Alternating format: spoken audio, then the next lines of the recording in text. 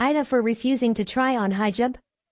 I am a 26-year-old woman navigating a labyrinthine situation that has left me teetering on the edge of helplessness. My family and friends, scattered thousands of miles away, remain unreachable pillars of solace, not because they are unwilling, but because their lives are devoid of the context and understanding necessary to grasp the intricacies of my current dilemma. Here I am, an international student in the United Kingdom, ambitiously chasing my PhD, yet finding myself entangled in a situation that feels more complex than my academic pursuits. My roommate, a 28-year-old Muslim woman, entered my life as a seemingly harmonious counterpart to my existence. Despite our differences, we built a cordial and respectful coexistence, one that I took pride in nurturing. As someone acutely aware of the global rise of Islamophobia, I have always strived to be an ally, to advocate against the bias that unfairly targets people like her. It felt important, almost urgent, to create a safe and accommodating space within our shared home, a sanctuary where both of us could coexist peacefully. This self-awareness shaped my every interaction with her. I was mindful of her practices, often going out of my way to ensure that her comfort and values were upheld. As an atheist, I knew our ideologies diverged greatly, but I treated this divergence with reverence, understanding that my lack of belief didn't make hers any less valid. I approached her beliefs with the care one might handle a fragile yet invaluable artifact, something to be admired, not damaged. Over time, our interactions began to reveal a deeper facet of her personality. Her curiosity about theology often spilled into our conversations, leading her to pose questions about my atheism or to draw comparisons between our worldviews. While I respected her right to delve into these topics, I felt a growing unease. Religion, to me, had always been a deeply personal subject, one that I preferred not to unpack in a shared space. The risk of misunderstanding or conflict loomed too large. On one occasion, she began probing my thoughts on the role of spirituality in life, her questions laced with both curiosity and conviction. I felt cornered, as if I were on the brink of crossing an invisible boundary, one that could threaten the delicate harmony we had built. In an effort to preserve this harmony, I set a boundary, asserting that religion was not a topic I wanted to explore in our conversations. I explained my reasoning with as much firmness as kindness would allow, emphasizing that my intent was not to shut her down but to protect the tranquility of our shared space.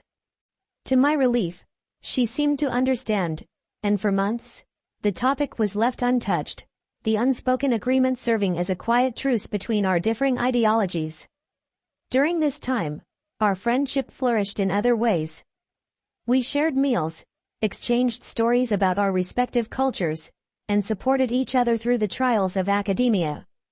It felt like we had found a rhythm, a balanced dance between our distinct identities. I admired her dedication to her faith, observing her fasting during Ramadan or the quiet reverence with which she performed her prayers. I took these moments as reminders of the diversity that made our shared home so unique. In return, she expressed interest in my academic pursuits, sometimes marveling at the depth of my research. Yet, beneath this outward harmony, I often wrestled with an internal dialogue. Was I doing enough to bridge the gap between our worlds? Were my efforts at accommodation genuine, or were they driven by a subconscious fear of being labeled intolerant? These questions haunted me in quiet moments, pushing me to overcompensate at times, as if the specter of global prejudice rested squarely on my shoulders. I took pains to ensure that her dietary needs were met in our shared kitchen, sometimes sacrificing my own preferences in the process. I hoped these actions would serve as unspoken affirmations of my respect for her beliefs. But even as I worked to ensure her comfort, I could not help but feel a quiet strain in our interactions. There was an unacknowledged tension that simmered beneath the surface, a product of the vast ideological chasm between us.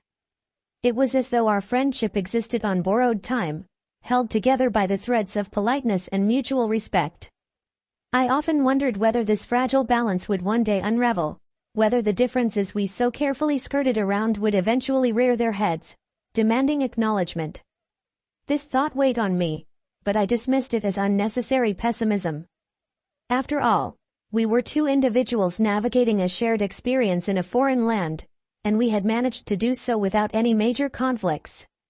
I reassured myself that our mutual respect would be enough to sustain the peace we had cultivated.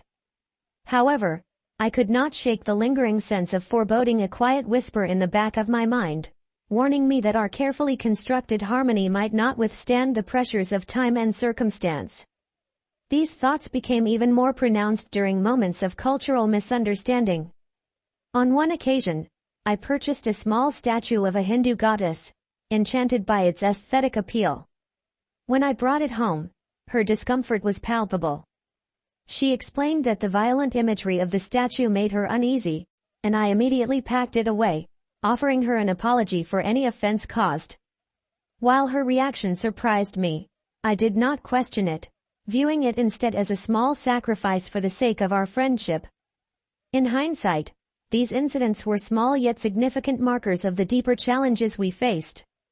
They were reminders that even the best intentions could be misinterpreted, that the cultural and ideological divide between us was not something that could be bridged entirely. Despite my efforts, I often felt as though I was walking a tightrope, balancing my desire to respect her beliefs with my need to assert my own boundaries. It was a precarious dance, one that left me feeling both exhausted and uncertain. Looking back, I realized that our coexistence was a microcosm of the broader tensions that exist in the world, a delicate balancing act between respect and self-expression, between accommodation and authenticity. It was a reflection of the challenges faced by individuals who must navigate the complexities of diversity in a world that often seeks to divide rather than unite. And while I took pride in my efforts to foster understanding, I could not ignore the quiet fear that lingered in the background, the fear of being misunderstood, of inadvertently causing offense, of failing to live up to the ideals I so strongly believed in.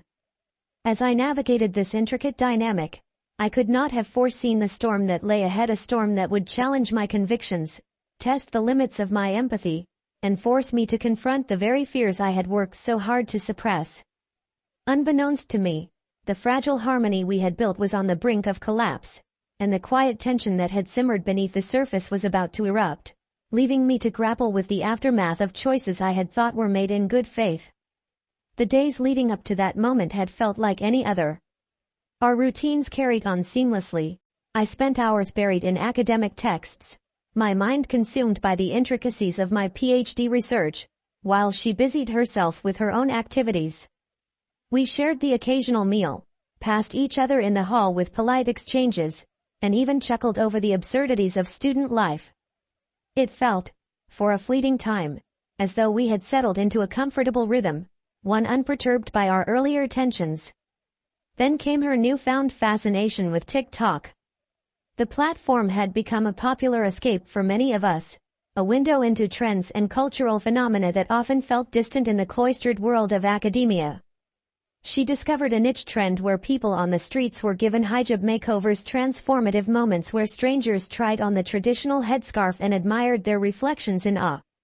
These videos often carried a positive message, showcasing the beauty of the hijab while simultaneously attempting to bridge cultural gaps. She spoke about them with enthusiasm, her eyes alight with inspiration as she described her desire to replicate this experience in her own way. At first, I responded with encouragement. She seemed genuinely passionate about the idea, and I believed it was harmless, a creative outlet that might bring her joy. I gave her a thumbs up, distracted by my own thoughts, and went back to my work without a second thought. I assumed it would remain a casual endeavor, something she would pursue independently, without involving me. But one evening, as we sat in the living room, she brought it up again. Her enthusiasm was palpable, her voice brimming with excitement as she explained her plans in detail. She wanted to practice the process, perfect her approach, and perhaps even film her efforts to share online. It was then that she made the suggestion, no, the request that would set everything into motion. She wanted to practice on me. The suggestion caught me off guard. I hesitated for a moment, unsure of how to respond. "I'm not comfortable with this," I told her, my tone firm but measured. I expected her to accept my refusal as she had in the past, to respect the boundary I had drawn. But instead, she pressed on, insisting it was harmless, just a piece of cloth that wouldn't hurt to try. She framed it as an innocent experiment, a fleeting moment of indulgence that might even surprise me with its outcome. There was a lightness to her words, a casual dismissal of the discomfort I had expressed. I felt the tension rising within me, a mix of frustration and unease. I reiterated my stance, this time with more clarity. I understand your perspective, I said, but I don't want to try it on. I'm simply not interested. My refusal wasn't born of malice or prejudice, it was a matter of personal agency, a decision rooted in the principle that I had the right to say no. But she seemed unconvinced, her insistence growing with each exchange. The back and forth continued for what felt like an eternity, each of us standing firm in our positions. Her tone shifted from playful to accusatory, as though my reluctance was an affront to her values. She began to question my reasons, probing for an explanation that might justify my refusal in her eyes. I struggled to articulate my feelings, aware that anything I said could be misconstrued. How could I explain that my decision wasn't a reflection of her or her beliefs, but simply a matter of personal choice? The words felt inadequate, their meaning lost in the growing chasm between us. And then, she said it. The words landed like a thunderclap, reverberating through the room and leaving me momentarily stunned. I'm glad your Islamophobia is finally out in the open, she declared, her voice sharp with conviction. You've exposed yourself. The accusation hit me like a physical blow, robbing me of speech. Islamophobia.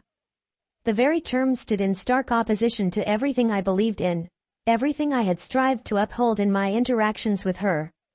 I had gone out of my way to create a space of respect and understanding, to advocate against the prejudice that plagued the world. And yet, in her eyes, my refusal to wear a hijab had become the ultimate betrayal, a revelation of bigotry that I didn't even know I possessed.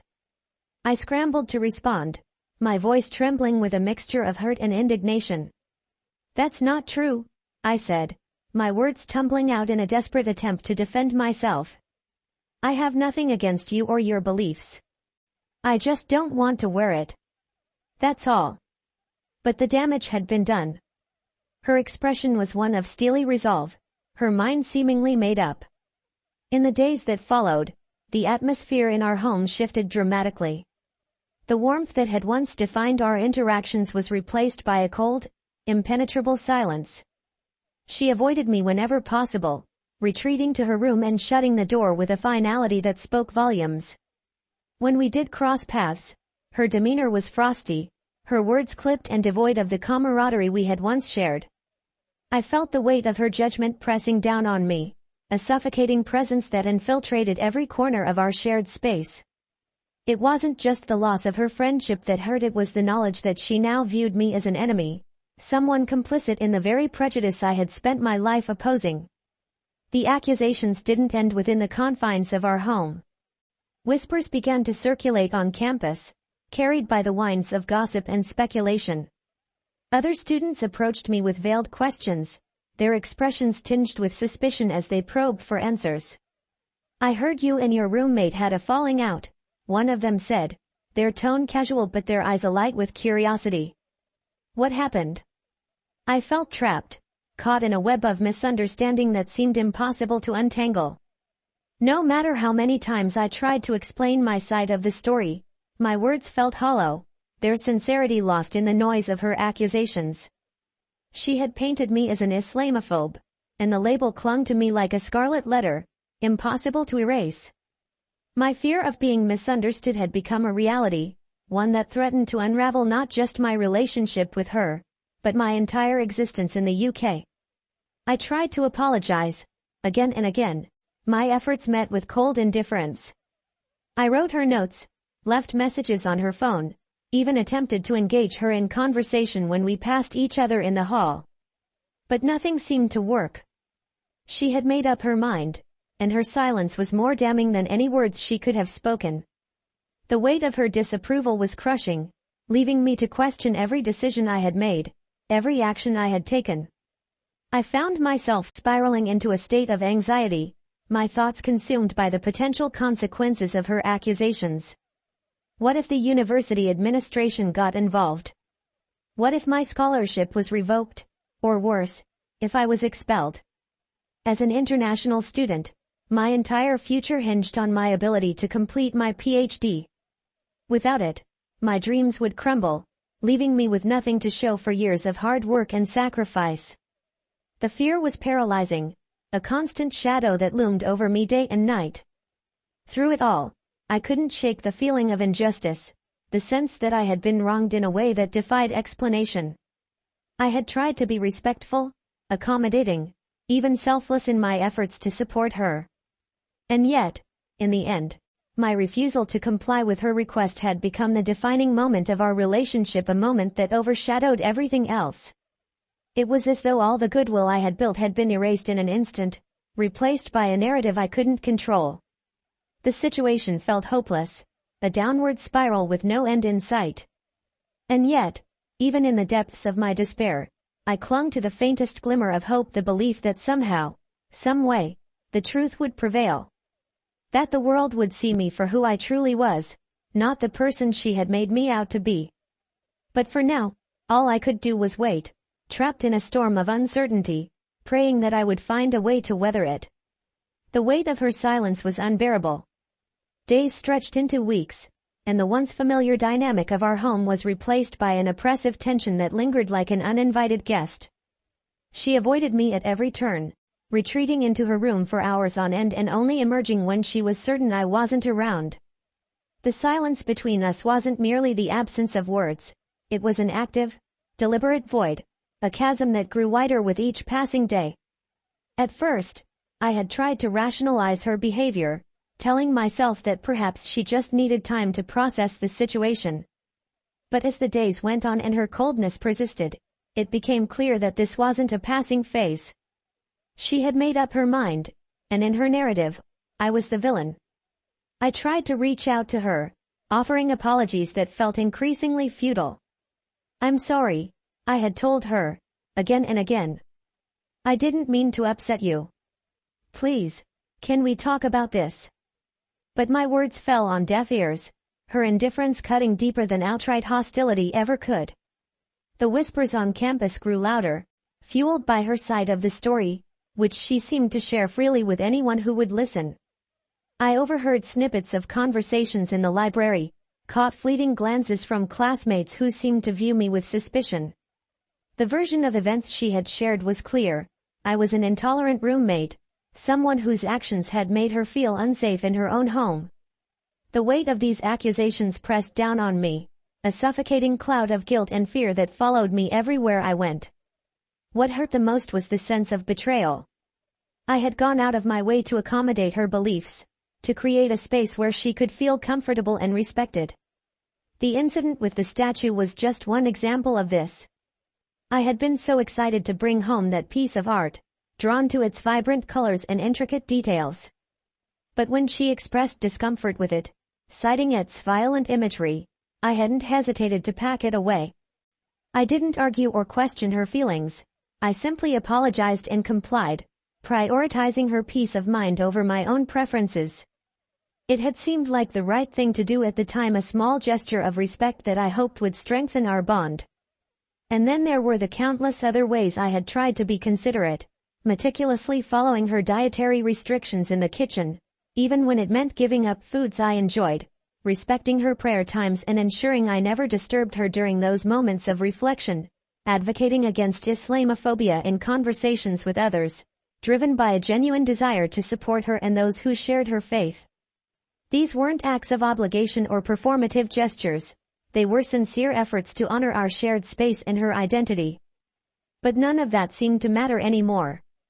In her eyes, all those gestures had been erased, overshadowed by my refusal to participate in her TikTok-inspired hijab makeover. It was as though my entire character had been distilled into that one moment, and no amount of context or explanation could redeem me. The accusation of Islamophobia hung over me like a dark cloud, casting a shadow on every interaction I had with others. The fear of potential repercussions became a constant presence in my life. I began to imagine worst-case scenarios. What if she reported me to the university? What if the administration believed her version of events and decided to take action against me? As an international student, my position was precarious at best. Losing my scholarship or being expelled would mean more than just academic failure. It would mean the end of my dreams, the collapse of everything I had worked so hard to achieve. The thought of returning home in disgrace, my future in ruins, was almost too much to bear. My focus on my PhD began to slip as anxiety consumed me. I found it increasingly difficult to concentrate, my thoughts constantly drifting back to the situation with my roommate. Even in the quiet sanctuary of the library, where I had once felt most at ease, I couldn't escape the gnawing sense of dread. The slightest whisper or sideways glance from my peers felt like an indictment, a confirmation of my worst fears. Despite the growing hostility, I clung to the hope that I could somehow fix the situation. I continued to reach out to her, leaving notes on the kitchen counter or sending her messages when I couldn't muster the courage to approach her in person. Each time, I tried to convey the sincerity of my apology, emphasizing that my refusal had nothing to do with her faith or the hijab itself. "I respect you and your beliefs," I wrote in one of the messages. "I just didn't feel comfortable wearing it myself.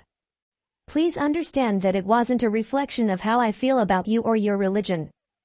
But her silence was unwavering, a wall that I couldn't seem to break through. I began to wonder if my efforts were only making things worse, if my repeated apologies were coming across as insincere or selfing. The doubt gnawed at me, making me question every decision I had made since the incident. Should I have just worn the hijab to avoid conflict? Was my refusal a mistake, a failure to fully understand her perspective? These questions swirled in my mind, their answers always just out of reach. One evening, as I sat alone in my room, the weight of it all became too much. The tears came suddenly, a torrent of frustration and sadness that I could no longer hold back. I thought about my family and friends, so far away and unable to truly grasp the complexity of what I was going through. I longed for their support, their reassurance that I wasn't the monster she had made me out to be. But even as I considered reaching out to them, I hesitated. How could I explain the situation without sounding defensive or self-pitying? How could I make them understand the nuances of a conflict that felt so deeply rooted in cultural and personal differences? As the days turned into weeks, I realized that I couldn't keep living in this state of limbo. The uncertainty and fear were eating away at me, threatening to derail not just my academic progress but my mental health as well. I needed to find a way to move forward, to reclaim some sense of stability in my life. But the path ahead felt unclear, a maze of potential missteps and unintended consequences. In my heart, I knew that I had acted in good faith, that my intentions had always been rooted in respect and understanding. But intentions didn't seem to matter anymore. Perception had taken precedence, and the version of me that she had shared with others bore little resemblance to the person I knew myself to be. It was a painful realization, one that forced me to confront the limitations of my own efforts and the complexities of navigating a world where cultural and ideological divides could so easily spiral into conflict. And so, I found myself at a crossroads, unsure of which path to take. Should I continue trying to mend the relationship, even if it seemed hopeless? Or should I accept that some bridges couldn't be rebuilt, no matter how desperately I wanted to believe otherwise? The answers eluded me, leaving me to grapple with the harsh reality of a situation that had no easy resolution. All I could do was hope that, in time, the truth would come to light and that I would find a way to heal from the damage that had been done. The storm of fear and uncertainty that had enveloped my life showed no signs of passing. Each day felt like a struggle to maintain composure, to hold on to the fragile threads of my routine while my mind raced with thoughts of impending disaster. The rumors that she had been spreading on campus grew louder, and I couldn't escape the sense that every glance in my direction carried a hint of judgment. My world, once centered on the pursuit of knowledge and academic excellence, had become dominated by a single question: would I survive this ordeal, or would it destroy everything I had worked so hard to build? I decided to take action, not out of anger or resentment, but out of desperation to reclaim some semblance of control over my life. After much thought, I reached out to the university's student support services. It was a daunting step. Putting into words the situation that had unraveled my life felt like an admission of failure. But I knew I couldn't navigate this alone. I needed help, not just to defend myself, but to ensure that my mental health didn't deteriorate further under the weight of anxiety and isolation. When I met with the student advisor, I explained everything as clearly and objectively as I could. I laid out the events leading up to the conflict, emphasizing the efforts I had made to accommodate my roommate and the boundaries I had tried to maintain respectfully. I described the incident with the hijab and how my refusal, based on personal comfort and agency, had spiraled into accusations of Islamophobia. It was difficult to recount the story without my voice trembling, but I forced myself to remain composed. I stressed that my intentions had never been malicious and that I was deeply hurt by the accusations being leveled against me. To my relief, the advisor listened without judgment. She asked thoughtful questions, encouraging me to provide details and clarify my feelings. Her calm demeanor was a balm to my frayed nerves, and for the first time in weeks, I felt like someone was willing to hear my side of the story. She assured me that the university took such matters seriously, but also emphasized that fairness and thoroughness were central to any investigation. "This is not about taking sides," she said. "It's about understanding the situation and ensuring that everyone involved feels heard and respected." Following the meeting, I was advised to document everything, every interaction, every rumor, every effort I had made to resolve the conflict. I spent hours going through my messages, compiling evidence of my attempts to reconcile with her and my consistent efforts to create a respectful living environment. I included the notes I had left for her, the messages she had ignored, and even the instances in which I had gone out of my way to accommodate her preferences. It was a painstaking process, but it gave me a sense of purpose, a way to channel my anxiety into something constructive. Meanwhile, the tension in our shared space reached a boiling point. She continued to avoid me, her silence an impenetrable barrier that left me feeling invisible and unwelcome in my own home. On rare occasions when we crossed paths, the air between us crackled with unspoken animosity. I felt like a stranger in my own life, walking on eggshells in a space that had once been a sanctuary. It was exhausting, and I found myself retreating further into solitude, avoiding common areas and spending most of my time in my room. Despite the overwhelming sense of isolation, I refused to let the situation derail my academic pursuits entirely. I threw myself into my research, using it as a means of escape from the turmoil that consumed my personal life. There were moments when I felt a flicker of hope, a reminder of why I had come to the UK in the first place. My PhD was more than just a degree, it was the culmination of years of hard work and sacrifice, a dream I wasn't willing to let go of without a fight. As the weeks passed, the university launched a formal mediation process. Both of us were invited to share our perspectives in a neutral setting, facilitated by an impartial mediator. The thought of confronting her in such a setting filled me with dread, but I knew it was necessary. If there was any hope of resolving the situation, it lay in open and honest communication, a chance to clear the air and address the misunderstandings that had festered between us. The mediation session was tense from the outset. She recounted her version of events with unwavering conviction, describing how my actions had made her feel unwelcome and unsafe. She emphasized her discomfort with my refusal to participate in her hijab makeover, framing it as a rejection of her faith and identity. Her words were sharp, and I could feel the weight of her emotions in every accusation she leveled against me. When it was my turn to speak, I took a deep breath and steadied myself. I began by acknowledging her feelings, expressing genuine regret that my actions had caused her pain. "That was never my intention," I said, my voice trembling with sincerity. "I've always respected you and your beliefs, and I'm truly sorry if I failed to show that in a way that mattered to you." I explained my perspective as clearly as I could, emphasizing that my refusal was rooted in personal boundaries, not prejudice. I shared the efforts I had made to accommodate her in our shared space, highlighting the compromises I had willingly undertaken to ensure her comfort.